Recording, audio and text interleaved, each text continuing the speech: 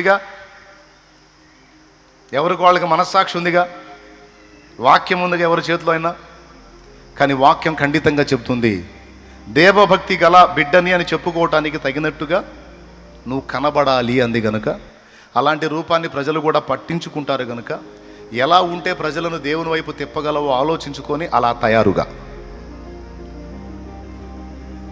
సిటీలో పాస్టర్ములు ఇలా చేస్తున్నారని పల్లెటూరు పాస్టర్ములు అలా తయారవుతున్నారు. పల్లెటూరు పాస్టర్మ ఎప్పుడైతే ఇలాగ రెడీ అయిందో ముఖం మీద, అప్పటిదాకా ప్రశాంతంగా వెంబడించిన విశ్వాసులకు డౌట్ వస్తుంది, మొన్నటిదాకా మన పాస్టర్మకి ఈ పాటలు లేవేంది, ఇట్ట తయారైంది ఏంది, ఇట్లా తయారైంది ఏంది పాస్టర్మ, ఆ సెల్ ఫోన్లో వాళ్ళని చూసి ఇట్లా తయారైంది, అంతకుముందు మన అమ్మగారు అట్లేదో చాలా భక్తిగా ఉండేది, ఆమె కూడా పాడైపోయిందని.